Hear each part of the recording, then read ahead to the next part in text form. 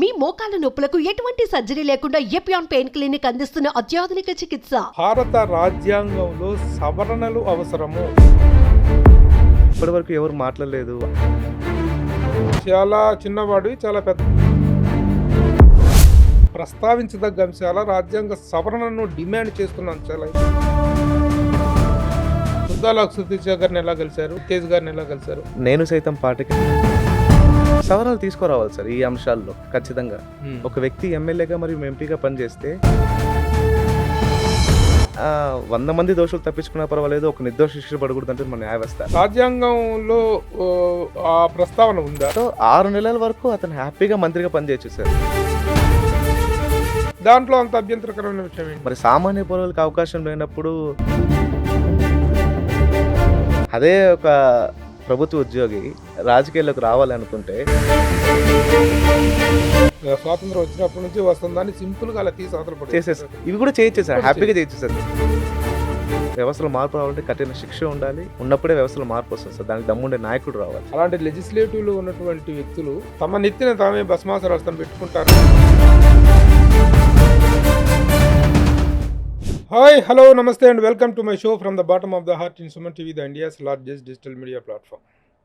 ఈ రోజుల్లో యువత అంటే సినిమాలు, షికార్లు, విందులు, విలాసాలు, వినోదాలు వీటి వరకే పరిమితం అవుతున్నటువంటి తరుణంలో కొంతమంది యువకులు మాత్రం కొన్ని లక్ష్యాల వైపు పరుగులు తీస్తుంటారు, కొన్ని లక్ష్యాల సాధన కోసం కృషి చేస్తూ ఉంటారు.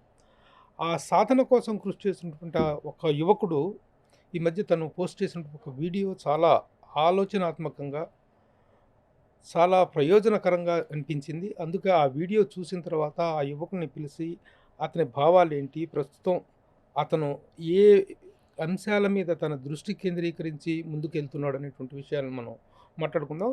దానికంటే ముందుగా తనని పరిచయం చేయడానికంటే ముందుగా ఒక వీడియో చూద్దాం. Hello everyone, this is Ganesh from Hyderabad and I'm going to do a campaign on constitutional reforms for better democracy. రాజ్యాంగ సంస్కరణల కోసం క్యాంపెయిన్ చేయబోతున్నాను, ఒక మంచి ప్రజాస్వామ్యం కోసం. ఇందులో ముఖ్యంగా 5 డిమాండ్స్ ఉన్నాయి. ఈ 5 డిమాండ్స్ ప్రజలందరికీ తెలిసిందేటివే, కానీ 75 సంవత్సరాల నుంచి ఇందులో సవరణలు రాలేదు. కమింగ్ వింటర్ సెషన్స్ లో ఖచ్చితంగా సవరణలు తీసుకురావడంలో తీవ్రంగా కృషి చేయబోతున్నాను. ఇందులో మొదటి demand, A political leader should have only 1 pension. ఇప్పటికీ చాలా మంది రాజకీయ నాయకులు 1 కంటే ఎక్కువ పెన్షన్ తీసుకుంటున్నారు. ఒక వ్యక్తి ఎమ్మెల్యేగా మరియు ఎంపీగా పనిచేసినట్లయితే అతడు జీవితాంతం 2 పెన్షన్స్ తీసుకుంటున్నారు. My demand is 1 pension is enough for 1 politician. అది కూడా ఎందుకంటే నిజాయితీపరులైన ఒరిస్సా బాలాసోర్ ఎంపీ గారు, ప్రసాద్ సారంగి గారు, మరియు మనందరికీ సుపరిచితులైన గుమ్మడి నరసయ్య లాంటి వాళ్ళు రాజకీయ నాయకులకి పెన్షనే అవసరం లేదు అంటే అన్యాయం అవుతారు. 100 మంది దోషులు తప్పించుకున్నా పర్వాలేదు, ఒక నిర్దోష శిక్ష పడకూడదు అంటుంది మన న్యాయ వ్యవస్థ. కాబట్టి 1 pension is enough for 1 politician. రెండో డిమాండ్ ఏంటంటే, before taking charge as a minister he should be a member of some house. According to our constitution ఒక రాజకీయ నాయకుడు MP or MLA or MLC కానప్పటికీ మంత్రి అయిపోవచ్చు. 6 నెలల వరకు అతను మంత్రిగా పనిచేయొచ్చు. 6 నెలల తర్వాత ఏదో ఒక సభ్యత్వం తీసుకోవాల్సి ఉంటుంది ఏదో ఒక సభలో. అదే సాధారణ పౌరుడు ఒక రోజు పోస్ట్ మ్యాన్ గా పనిచేయాలంటే మన వ్యవస్థ ఒప్పుకోదు. దానికి ఎగ్జామ్ రాయాలి, మనం పాస్ అవ్వాలి. రాజకీయ నాయకులు వాళ్ళు కల్పించుకున్న వెసులుబాట్లు ఇవన్నీ. It should be abolished. మూడో డిమాండ్ ఏంటంటే, a political leader holding 1 position he should not contest for another position. పదవిలో ఉండే ఎమ్మెల్యే ఎంపీగా పోటీ చేయవచ్చు. అతను రాజీనామా చేయనవసరం లేదు తన పదవికి. He need not to resign for his current position. అదే గవర్నమెంట్ ఎంప్లాయీ రాజకీయాల్లోకి ప్రవేశించాలంటే ఖచ్చితంగా తను రాజీనామా చేసి మాత్రమే రావాలి. ఒకవేళ ఎమ్మెల్యేగా ఉండే అభ్యర్థి ఎంపీగా గెలిచినట్లయితే అతను ఏదో ఒక పదవిని వదులుకోవాల్సి వస్తుంది. అటువంటి సందర్భంలో election commission has to conduct any elections in 1 constituency with public fund. ప్రజాధనం వృధా అవుతుంది. ఇందులో సవరణ రావాలి.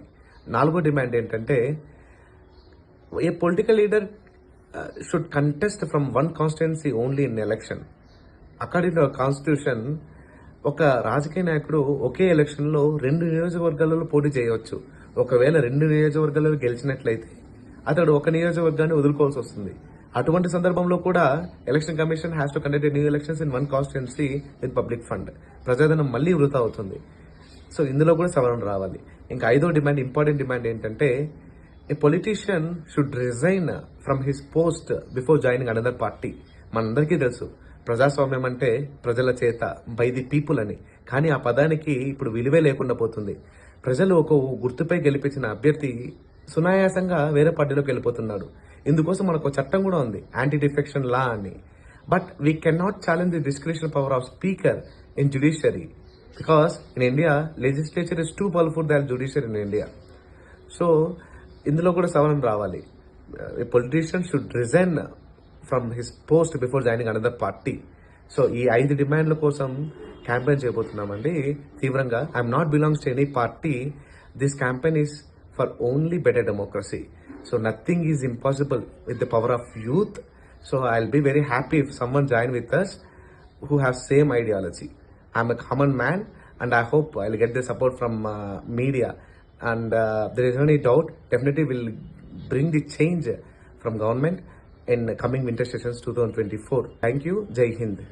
చూశారుగా, ఒక యువకుడు మన భారత రాజ్యాంగంలో సవరణలు అవసరము అంటూ ఒక ఉద్యమ స్థాయిలో ముందుకు వెళ్తున్నాడు. చాలామంది ప్రముఖులను కలిశాడు తను. ఎంతోమంది రాజకీయ నాయకుల్ని, రాజకీయ విశ్లేషకుల్ని, ఉన్నత అధికారుల్ని కలిసి ఈ విషయం మీద తను ఉద్యమిస్తున్నాడు. రాజ్యాంగ సవరణ, ఈ విషయాల్లో, ఈ 5 విషయాల్లో రాజ్యాంగ సవరణ అవసరం అని ఆ ఉద్యమిస్తున్నట యువకుడి పేరు గణేష్. మదనపల్లికి చెందినటువంటి Ganesh is a civils aspirant. సివిల్స్లో తను ప్రయత్నాలు చేస్తున్నాడు, చదువుతున్నాడు, సివిల్స్కి అపీల్ అవుతున్నాడు.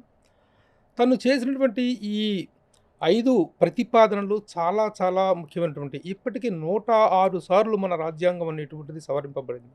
కానీ ఇలాంటి అతి ముఖ్యమైనటువంటి విషయాల్లో రాజ్యాంగ సవరణ అనేటువంటిది అవసరము అని ఉద్యమిస్తున్నటువంటి యువకుడికి ముందుగా నా హృదయపూర్వక అభినందనలు తెలియజేస్తూ, Ganesh, thank you so much sir. Congratulations. Thank you sir.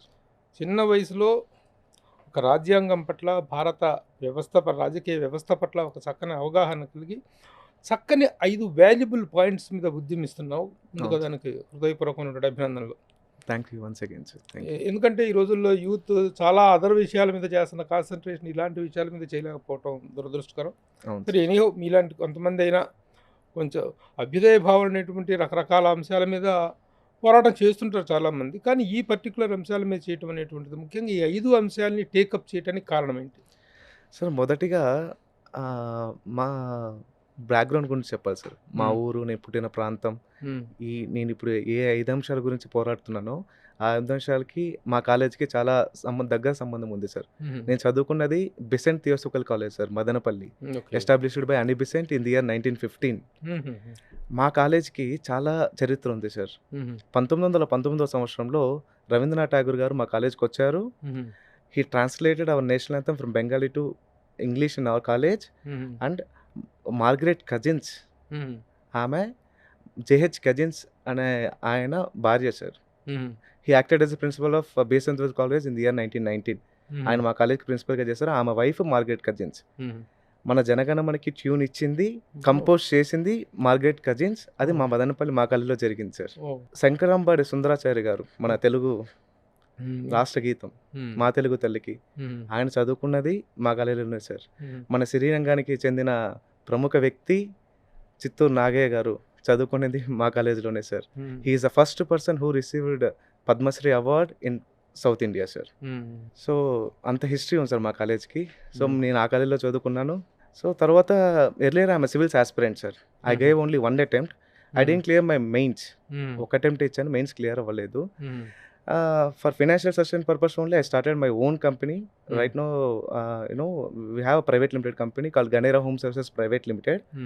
Like online home services అనేవి ప్రొవైడ్ చేస్తాం sir. We got incorporated from Ministry of Corporate Affairs in the year 2022. అది చేస్తున్నాం సార్. కాకపోతే నేను ఎప్పుడైతే రాజ్యాంగం చదివానో అప్పటి నుంచి ఈ అంశాలు మరి ఎందుకు ఇప్పటి వరకు ఎవరు మాట్లాడలేదు అంటే, అందరికీ తెలిసిన అంశాలే సార్. కాకపోతే ఎందుకు సవరణ తీసుకురావలేదు అని ఎప్పుడైనా ఏదో ఒకటి చేయాలి. ఎవరు గలమెత్తకపోతే మార్పు అనేది సాధ్యం కాదు. ఇవి రాజ్యాంగంలో ప్రస్తావించదగ్గ అంశాల, రాజ్యాంగ సవరణను డిమాండ్ చేస్తున్న అంశాలు ఇవి. సవరణలు తీసుకురావాలి సార్ ఈ అంశాల్లో ఖచ్చితంగా. ఇప్పుడు ఫర్ ఎగ్జాంపుల్ మనం మొదటి తీసుకుంటే సార్, రాజకీయ నాయకులకు 2 పెన్షన్లు ఎందుకు సార్? ఒక వ్యక్తి ఎమ్మెల్యేగా మరియు ఎంపీగా పనిచేస్తే అతని జీవితాంతం is getting MP pension from central government and MLA pension from state government sir. So అది ఖచ్చితంగా అందులో సవరణ తీసుకురావాలి సార్. వాళ్ళు ఎంత పేదరికంలో ఉన్నారో మన రాజకీయ నాయకులు అందరికీ తెలిసిన విషయమే సార్. కాకపోతే తగ్గిపోతున్నారు పాపం. అవును సార్. కాకపోతే 100 మంది దోషులు తప్పించుకున్నా పర్వాలేదు, ఒక నిర్దోషి శిక్ష పడకూడదు అంటే మన న్యాయ వ్యవస్థ. ఇప్పటికీ నిజాయితీపరులైన రాజకీయ నాయకులు మన కళ్ళ ముందు ఉన్నారు సార్. మనందరికీ సుపరిచితులైన గుమ్మడి నరసయ్య గారు ఉన్నారు సార్. 5 సార్లు ఎమ్మెల్యేగా చేశారు సార్. దాని ఎంత సాధారణమైన జీవితం గడుపుతున్నారు సార్. ఇప్పుడు రాజకీయ నాయకులు పెన్షనే వద్దు అంటే ఇలాంటి వాళ్ళు అన్యాయం అవుతారు సార్. కాబట్టి 1 pension is enough for 1 politician sir. ఒక పెన్షన్ సరిపోతుంది సార్. హ్యాపీగా వదులుకుంటారు సార్. ఇప్పుడు భారత ప్రభుత్వం అందరికీ మనకి ఎల్పిజి సబ్సిడీ వదులుకోండి అని సబ్సిడీ వదులుకోండి అని ఫోన్లో చెప్తుంది సార్. మరి వీళ్ళు అఫిడవిట్ ఇచ్చేటప్పుడు, నామినేషన్ వేసేటప్పుడు వదులుకోవచ్చు కదండి సార్. ఆ ఆప్షన్ ఇవ్వచ్చు కదండి సార్. ఖచ్చితంగా అందరూ వదులుకుంటారు సార్. ఎందుకంటే 100 కోట్లు సంపాదించే అవకాశం ఉన్నప్పుడు వేలల్లో వచ్చే పెన్షన్ అందరూ వదులుకుంటారు. సో ఇది ఖచ్చితంగా మార్పు రావాలి సార్. దానికి రాజ్యాంగ సవరణ డిమాండ్ చేస్తుందా, అవసరమా? రాజ్యాంగంలో ఆ ప్రస్తావన ఉందా? రాజ్యాంగంలో ప్రస్తావన అంటే జీతభత్యాలు, పీపుల్ రిప్రజెంటేటివ్స్కి జీతభత్యాలను ప్రస్తావించబడ్డాయి సార్. కాకపోతే సెంట్రల్ గవర్నమెంట్ ఒక వాళ్ళకి నామినేషన్ వేసేటప్పుడు మీరు వదులుకుంటారని ఆప్షన్ ఇచ్చి అదైనా చేయొచ్చు సార్. రాజ్యాంగ సవరణ ఇవ్వచ్చు, వాళ్ళు అమెండ్ చేయొచ్చు సార్. ఏమైనా అమెండ్ చేయొచ్చు. That is one very genuine demand sir. Second కూడా ఎందుకంటే ఈ రోజున ఉన్నటువంటి భారతదేశంలో ఉన్నటువంటి ఎన్నికల వ్యవస్థలో కానీ దీంట్లో వేల కోట్ల ప్రజాధనం ఇదవుతుంది. ఒక్కొక్క ఎమ్మెల్యే సీటుగా, ఒక్కొక్క ఎంపీ సీటుకి 100 కోట్లు ఖర్చు చేస్తున్నారు. అవును సార్. అలాంటి వాళ్ళు ఆర్థికంగా విపరీతమైనటువంటి గొప్ప పొజిషన్లో ఉన్న వాళ్ళు మాత్రమే సెలెక్ట్ చేసుకుంటున్నాయి రాజకీయ పార్టీలు. అవును సార్. అవును. అలాంటి వాళ్ళు పెన్షన్ గురించి కక్కుర్తి పడేసి పోనీ 1 కాదు 2 పెన్షన్లు 3 పెన్షన్లు తీసుకునేటువంటి పరిస్థితి ఉండటం, బట్ వాళ్ళకే వాళ్ళు సాక్రిఫైస్ చేసుకోవాల్సినటువంటి అవసరం కూడా ఉంది sir. This is one good demand. Next demand ఏంటంటే సార్, ఇప్పుడు మన రాజ్యాంగం ప్రకారము ఎవరైనా మంత్రి అయిపోవచ్చు సార్. అంటే తగిన వయసు ఉండి, అతని మతిస్థిమితం సరిగా ఉంటే ఎవరైనా మంత్రి అయిపోవచ్చు సార్. అతను ఎమ్మెల్యే కాకపోయినా, ఎంపీ కాకపోయినా, ఎమ్మెల్సీ కాకపోయినా నేరుగా తీసుకొచ్చి he can act as a minister up to 6 months sir. దాని తరువాత ఏదో ఒక సభలో సభ్యత్వం తీసుకోవాల్సి ఉంటుంది. సో 6 నెలల వరకు అతను హ్యాపీగా మంత్రిగా పనిచేయచ్చు సార్, రాజకీయ నాయకుడు అనేటోడు. అదే సామాన్య పౌరుడు ఎవరైనా ఒక రోజు పోస్ట్ మ్యాన్ గా పనిచేయాలంటే, ఒక రోజు కానిస్టేబుల్ గా పనిచేయాలంటే మన వ్యవస్థ ఒప్పుకోదు. మనం దానికి ఎగ్జామ్ రాయాలి, పాస్ అవ్వాలి. సో ఇంత చిన్న పదవికే మన వ్యవస్థ సామాన్య పౌరులకి అవకాశం కల్పించినప్పుడు ఈ రాజకీయ నాయకులకు ఎందుకు సార్ వెసులుబాట్లు? మనం ప్రజాస్వామ్యంలో ప్రజల చేతి ఎన్నుకోబడాలి కదండి సార్. ఇప్పుడు డిమాండ్ ఏంటంటే sir, A political leader holding 1 position he should not contest for another position sir. ఒక పదవిలో ఉండే MLA he can contest as a MP sir. He need not to resign for his current position. ఎమ్మెల్యేగా తను రాజీనామా చేయనవసరం లేదు. ఒకవేళ అతను ఎంపీగా గెలిస్తే ఏదో ఒక పదవి వదులుకోవాల్సి వస్తుంది, ఎమ్మెల్యే పదవో ఎంపీ పదవి వదులుకోవాల్సి వస్తుంది. అటువంటి సందర్భంలో ఎలక్షన్ కమిషన్ మళ్ళీ ఎన్నిక నిర్వహించాలి, ప్రజల డబ్బుతో ప్రజల ధనం వృధా అవుతుంది. అదే ఒక ప్రభుత్వ ఉద్యోగి రాజకీయాల్లోకి రావాలి అనుకుంటే ఖచ్చితంగా తను రాజీనామా చేసి రావాలి. ఇక్కడ అతనికి సెక్యూరిటీ లేదు. అదే రాజకీయ నాయకుడికి సెక్యూరిటీ ఉంది. ఒకవేళ ఎంపీగా ఓడిపోయిన ఎమ్మెల్యే పదవి తనకు అలాగే ఉంటుంది హ్యాపీగా. బట్ ప్రభుత్వ ఉద్యోగానికి ఉండదు కదండి సార్. లేదు, ప్రభుత్వ ఉద్యోగికి ఆ వెసులుబాటు కల్పించాలి. రాజకీయాల్లో ఇప్పుడు కొంతమంది రాజకీయ నాయకులు ఉన్నారు, మనకెవరు ఉన్నారో మనకెందుకు, మన జేడీ లక్ష్మీనారాయణ గారు కానీ, అంతకుముందు ఆయన జయప్రకాష్ నారాయణ గారు, వీళ్ళందరూ రాజీనామా చేసి మాత్రమే రావాలి, చేయాల్సి వచ్చింది.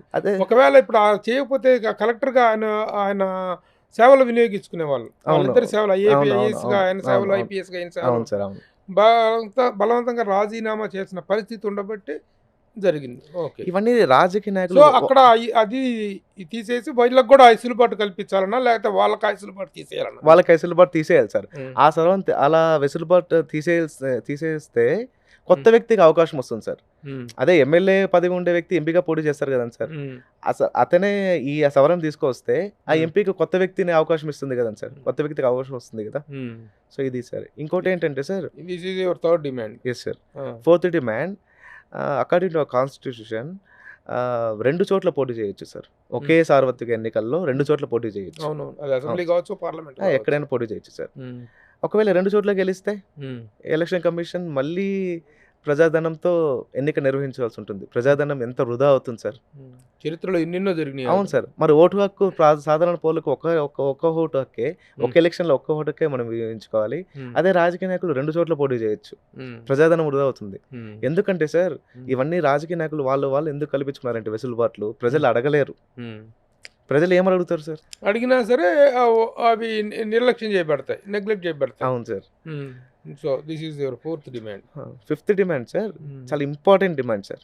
అసలు మనము వి ది పీపుల్ ఆఫ్ ఇండియా అని రాజ్యాంగంలో మొదటి అక్షరం మనం రాసుకున్నాం సార్. మొదటి వాక్యం ప్రజల చేత బై ది పీపుల్. డెమోక్రసీ అంటేనే by the people sir. By the people, to the people, for the people. By the people అనే పదానికే విలువ లేకుండా ఉంది సార్. ఎందుకంటే ప్రజలందరూ ఒక పార్టీ గుర్తుపై ఒక అభ్యర్థిని గెలిపిస్తే అతను సునాయాసంగా హ్యాపీగా వేరే పార్టీలోకి వెళ్ళిపోతాడు. ఎందుకయ్యా నువ్వు వెళ్ళావంటే నో నేను నియోజకవర్గ అభివృద్ధి కోసం వెళ్ళాను అంటారు. But we all know that he join another party for his own development, not constituency development. So అది అందరికీ ఓపెన్ సీక్రెట్, అందరికీ తెలిసిందేదే సార్.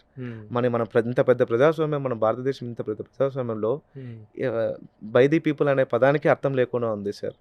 సో నా డిమాండ్ ఏంటంటే he should resign from his post before joining another party. ఖచ్చితంగా అది రాజీనామా చేసి మాత్రమే వేరే పార్టీలోకి వెళ్ళాలి సార్.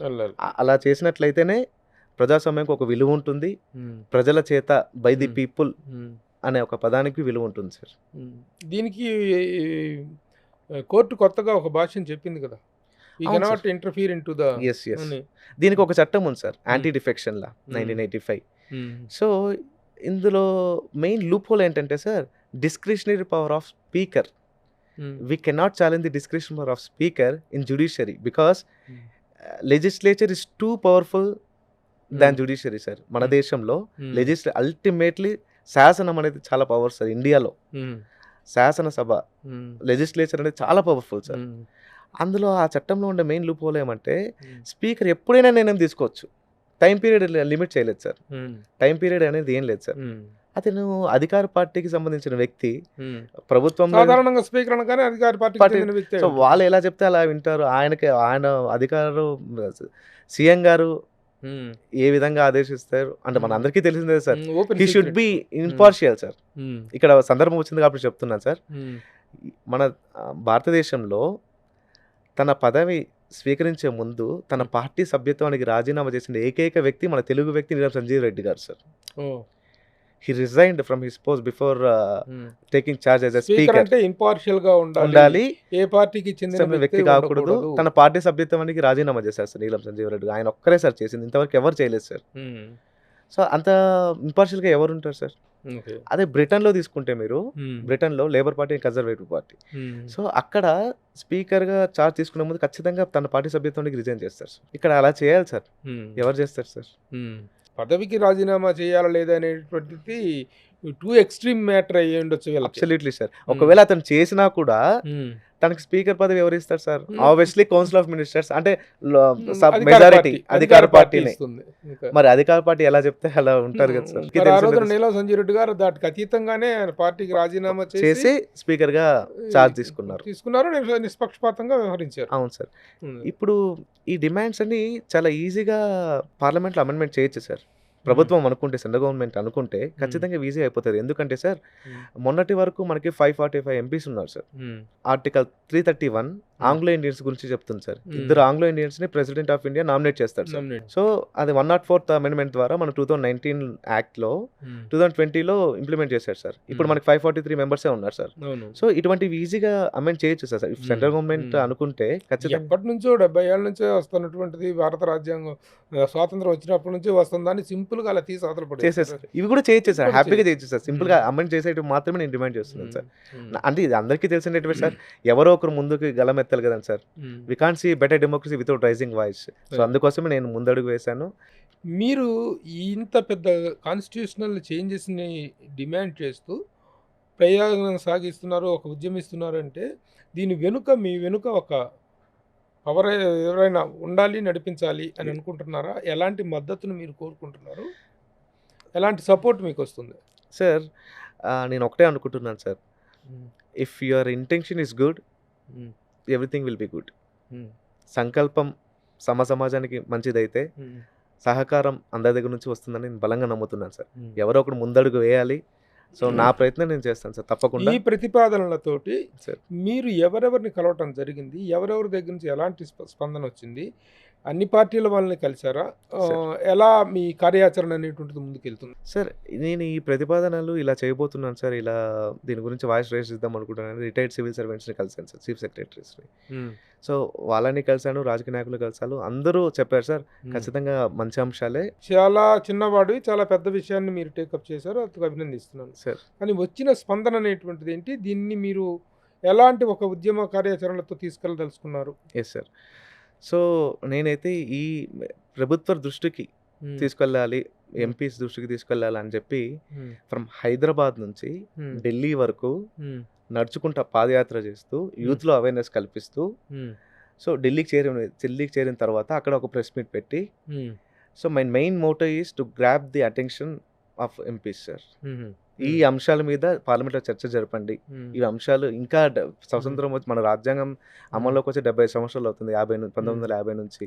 ఇవి ఇంకా అలానే ఉన్నాయి. వీటి గురించి ఒకసారి ఆలోచించండి అని నా ఈ ఢిల్లీకి పాదయాత్ర చేద్దాం అనుకుంటున్నాను సార్. అది కాదు, ఇందాకనే చెప్పారు మీరు జ్యుడిషియరీ కంటే కూడా లెజిస్లేచర్ ఇస్ వెరీ పవర్ఫుల్. అవునవును సార్, అబ్సల్యూట్లీ. అలాంటి లెజిస్లేటివ్లో ఉన్నటువంటి వ్యక్తులు తమ నెత్తిన తామే భస్మాసరస్తం పెట్టుకుంటారనేటువంటి ఆశ ఉందా మీకు? కాకపోతే ఇప్పుడు సోషల్ మీడియా కానీ ప్రజలలో అవేర్నెస్ కానీ యంగ్ పార్లమెంటేరియన్స్ చాలామంది ఉన్నారు. సో కాకపోతే ఈజీగా దీని గురించి ఆలోచిస్తారు, చర్చ జరుపుతారని నేను అనుకుంటున్నాను సార్. కాకపోతే మార్పు అనేది ఎప్పటికో ఒకప్పుడు రావాలి కదండి సార్. అనవసరం అవును, వాళ్ళు కూడా ఆలోచిస్తారు కదా సార్, అది 2 పెన్షన్లు ఎందుకయ్యా, ఒక పెన్షన్ సరిపోతుంది కదా. ఇలాంటి ఉద్యమాలు కానీ ఇలాంటి ప్రతిపాదనలు ఒక జాతీయ స్థాయిలో తీసుకెళ్లాలంటే ఒక ఆర్గనైజేషన్ అనేటువంటిది Yes, చాలా sir. ముఖ్యం. అలాంటి ఆర్గనైజేషన్ లేకుండా సింగిల్గా నేను ఒక్కడిని ఇక్కడి నుంచి ఢిల్లీకి నడిచెళ్ళి నేను చేస్తానని అంటే కోర్స్ ప్రతి అడుగు, ప్రతి ఉద్యమం కానీ ప్రతి ప్రవాహం కానీ తొలి అడుగుతోనే స్టార్ట్ అవుతుంది, తొలి నీటి చొక్కుతోనే ప్రవాహం స్టార్ట్ అవుతుంది. అవును సార్, అవును కాదన్నట్లేదు. అవును కానీ దీనికి కార్యాచరణకి ఒక కేంద్ర వ్యవస్థ కావాలి కాబట్టి, ఒక ఆర్గనైజేషన్ కావాలి కాబట్టి ఆ పరంగా ఏం ఆలోచించుకున్నారు? అవును సార్. రీసెంట్లీ రిజిస్టర్డ్ అనే foundation sir, by the people foundation అని, ప్రజల చేత బై ది పీపుల్ ఫౌండేషన్ అని ఒక ప్లాట్ఫామ్ ఉండాలి కదండి సార్, మీరు అన్నట్టుగా ప్లాట్ఫామ్ ఉండాలి అని జస్ట్ ఒక 10 days బిఫోరే రిజిస్టర్ చేశాను sir from registration. By the people foundation, democracy is of the people, for the people, by the people. Yes sir. కాబట్టి ప్రజల చేత బై ద పీపుల్ అనేటువంటి దాన్ని తీసుకున్నాం, by the people foundation. The main motto of this foundation is to provide awareness to the people. అంతే sir, on the democratic reforms. ఇప్పుడు భారత రాజ్యాంగంలో కానీ లేకపోతే భారత న్యాయ వ్యవస్థలో కానీ భారత సమాజంలో చాలా చాలా సమస్యలు ఉన్నాయి. అవును సార్. చాలా there are so many issues to address.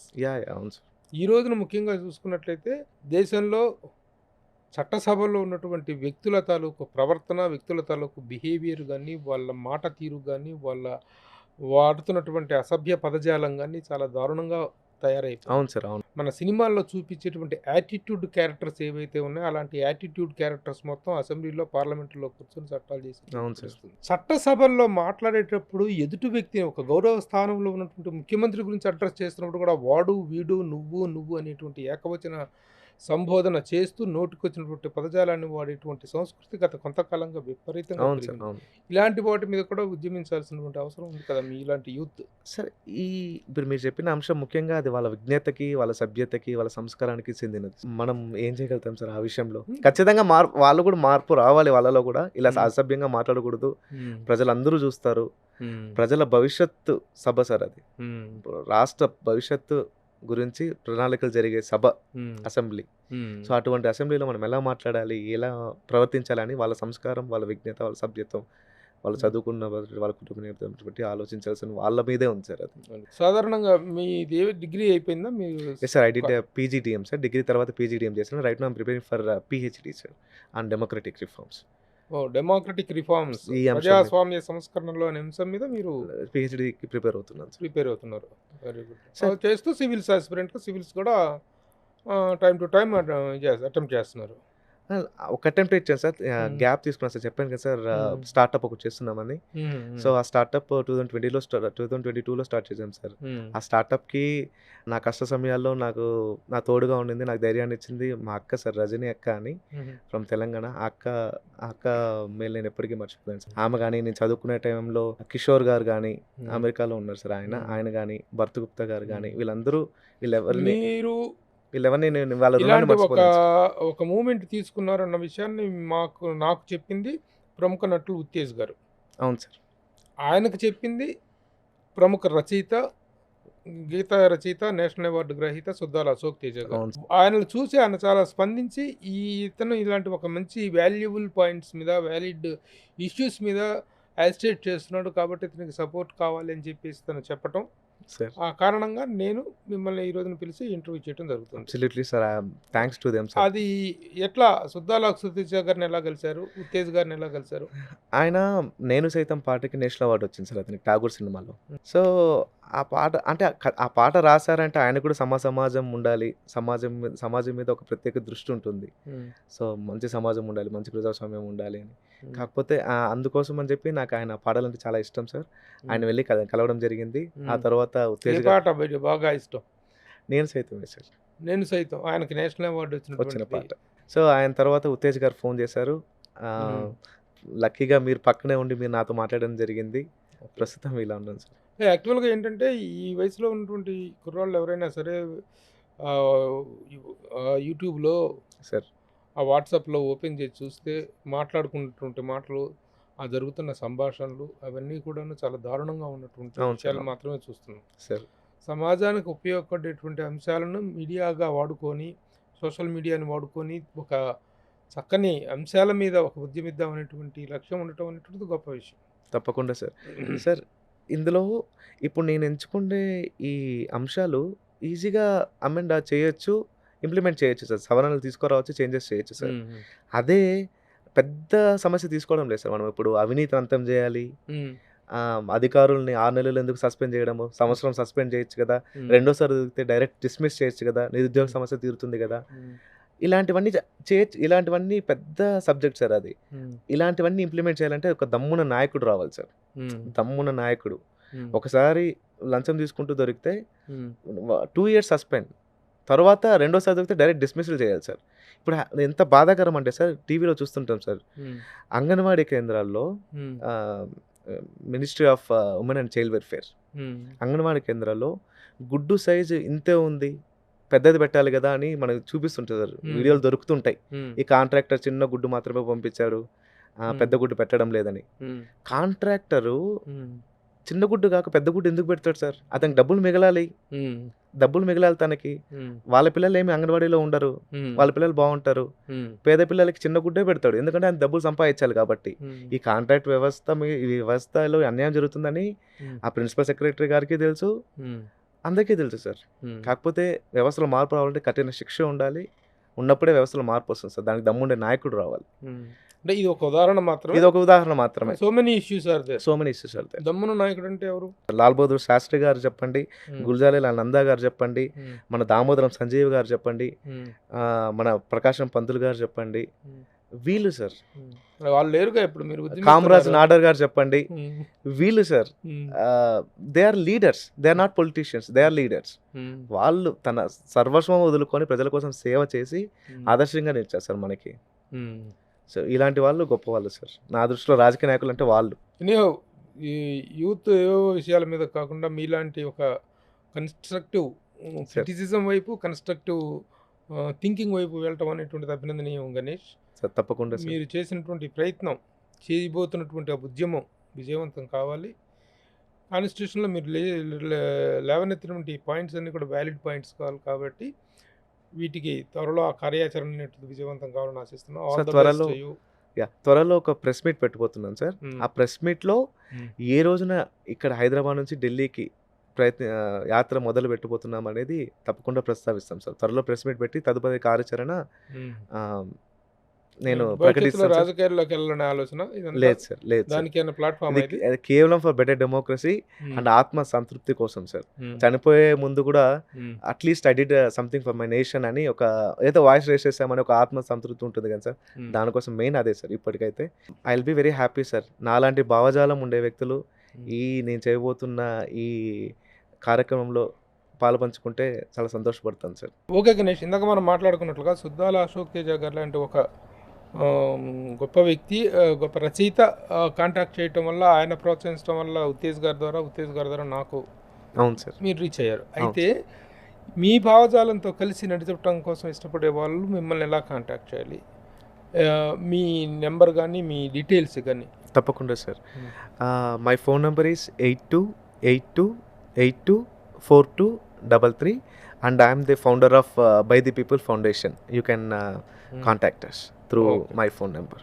Okay. ఈ ఇంటర్వ్యూ చూసిన వాళ్ళందరూ కూడాను మిమ్మల్ని కాంటాక్ట్ చేసి మీ ఉద్యమానికి, మీ మూమెంట్కి ఒక బలాన్ని చేకూరుస్తారని ఆశిస్తూ all the best. Thank you so much sir. Thanks lot so sir. ఇది గణేష్ చెప్తున్నటువంటి వివరాలు, విశేషాలు. దీని గురించి అంటే ఒక ప్రజాస్వామ్య పరిరక్షణలో చట్టాల సవరణ ద్వారా ఒక చక్కని రిఫార్మ్స్ తీసుకొచ్చినటువంటి అవకాశం ఉంది. అలాంటి వాటి పట్ల ఉదాసీనంగా ఉండటం అనేటువంటిది కరెక్ట్ కాదు. కాబట్టి ఇలాంటి ఉద్యమం ద్వారా చట్ట సవరణకు ఉన్నటువంటి అవకాశాలని పరిశీలించుకునే స్థాయి దిశగా ఒక అడుగు ముందుకు వేస్తున్నాను అంటున్నాడు. So let's say all the best to Ganesh. Suman టీవీలో మీ పర్సనల్ అండ్ బిజినెస్ ప్రమోషన్స్ కోసం కింది నెంబర్కి కాంటాక్ట్ చేయండి.